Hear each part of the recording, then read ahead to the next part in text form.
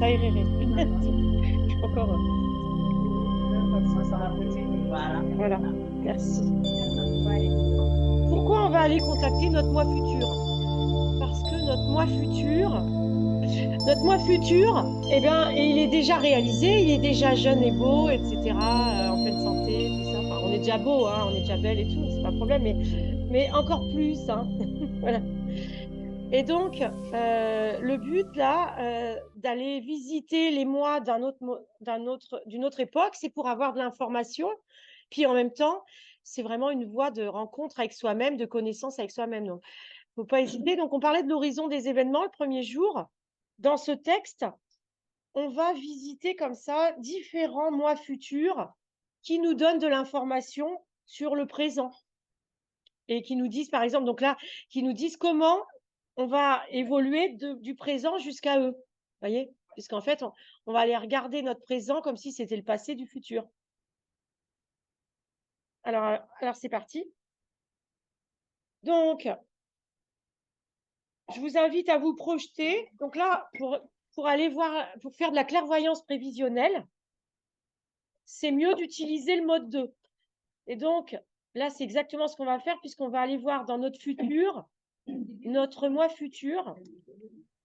Donc, quand vous êtes en train de créer le futur, de visualiser le futur, de vous projeter dans le futur, appelez ça comme vous voulez, c'est la même chose.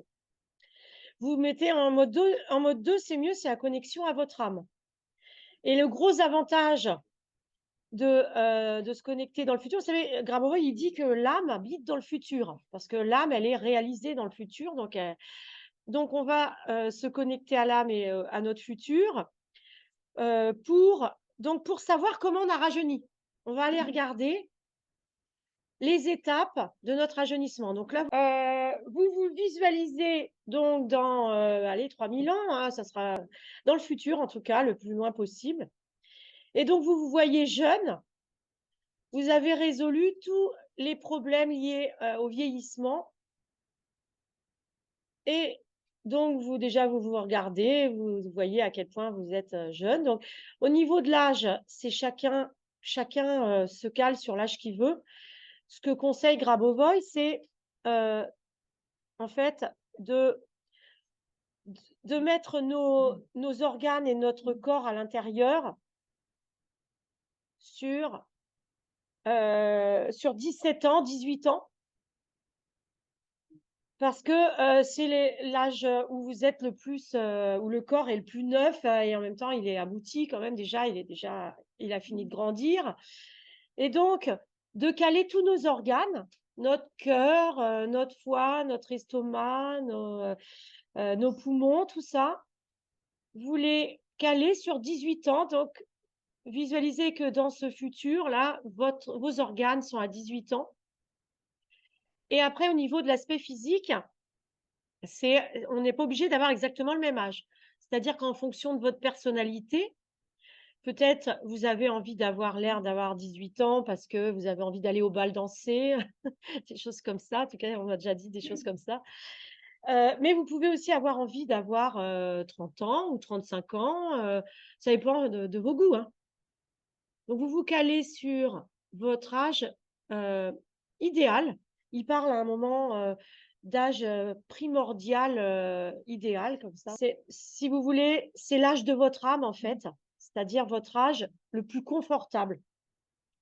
Donc, vous pouvez vous demander quel est pour vous cet âge parfait et la réponse sera différente pour chacun et c'est normal.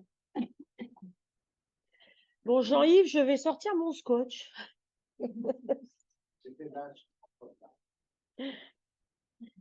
Donc, on va donc se placer dans ce moment du futur où on a notre âge parfait et on va commencer à se placer à l'intérieur de ce corps, hein, essayer de ressentir que vous êtes dans ce corps informationnel du futur, ce corps du futur.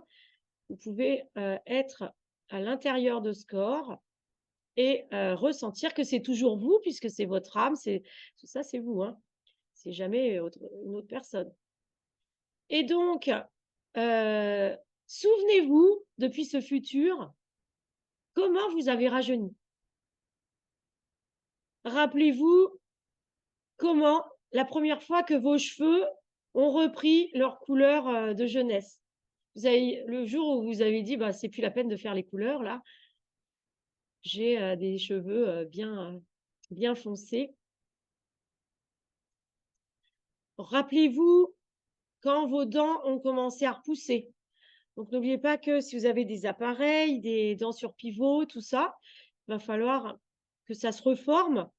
Bon, du coup, c'est moins urgent pour vous, mais dans la vie éternelle, tôt ou tard, il va falloir quand même reformer les os qui ont été perforés par les fausses dents, par exemple, par les implants, les choses comme ça. Enfin, donc, essayez de voir comme ça dans le passé, donc sur notre présent, comment vous avez récupéré des dents de 20 ans.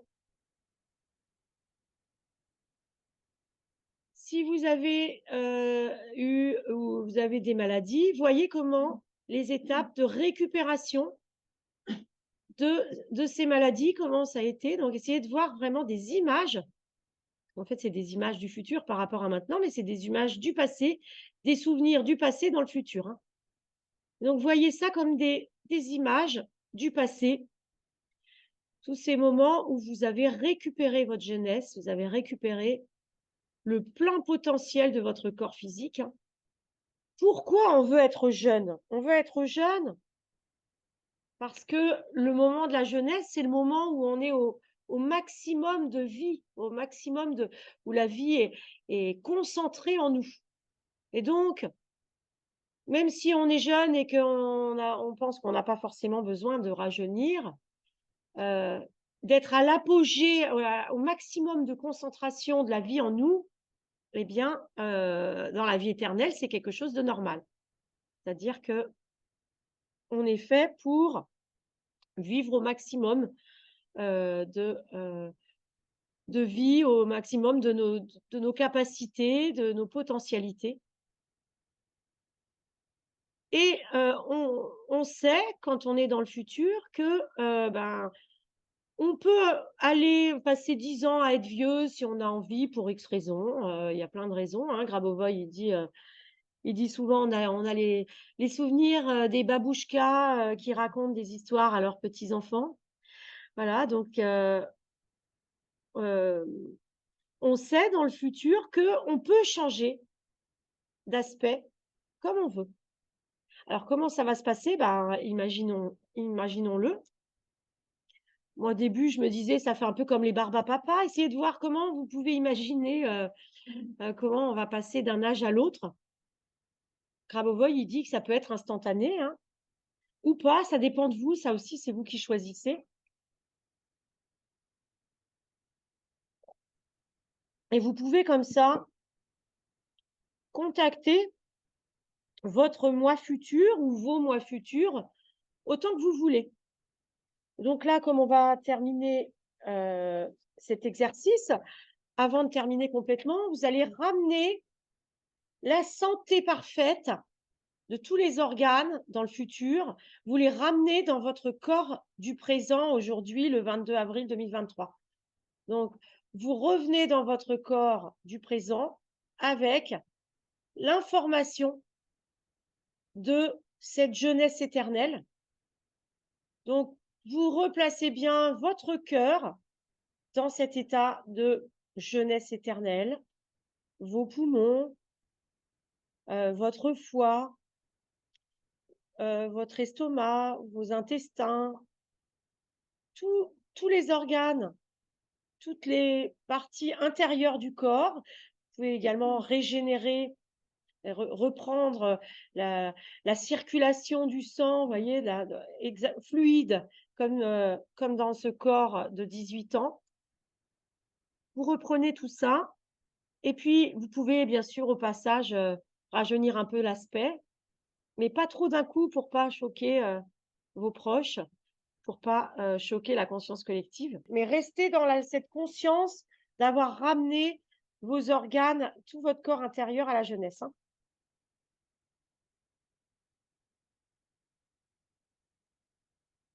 Un contact avec soi-même dans le futur signifie la présence d'une sorte de roue complète, d'un cycle de contrôle, et revenir à n'importe lequel des points intermédiaires signifie exactement ce facteur clair de la vie éternelle.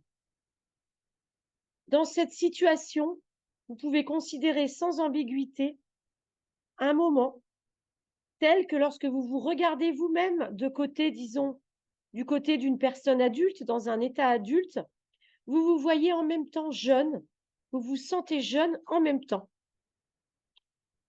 Voilà, n'oubliez pas de ressentir, voilà, de voir ce que ça fait, tous ces organes rajeunis qui ont récupéré l'information de la jeunesse. Sentez ce que ça vous fait comme effet, hein. Regardez votre moi qui vous parle en télépathie peut-être, ou qui est partiellement visualisé, d'une manière ou d'une autre, tout en étant à l'écart, pas au niveau de la vue directe, mais il parle avec vous et vous pouvez entendre des bruissements, même si vous ne voulez pas vous approcher au niveau d'une sorte de visualisation partielle de vous-même à un âge plus précoce. Ici est un moment très sérieux. Un moment très sérieux se pose lié à l'interaction de cette roue de la jeunesse. Il se trouve qu'à un certain moment, étant à un âge plus précoce, vous transmettez instantanément quelques informations pour vous-même. Ici, il est nécessaire de capter ce moment et de voir ce qui est transmis. Vous pouvez poser d'autres questions également à votre moi futur, hein.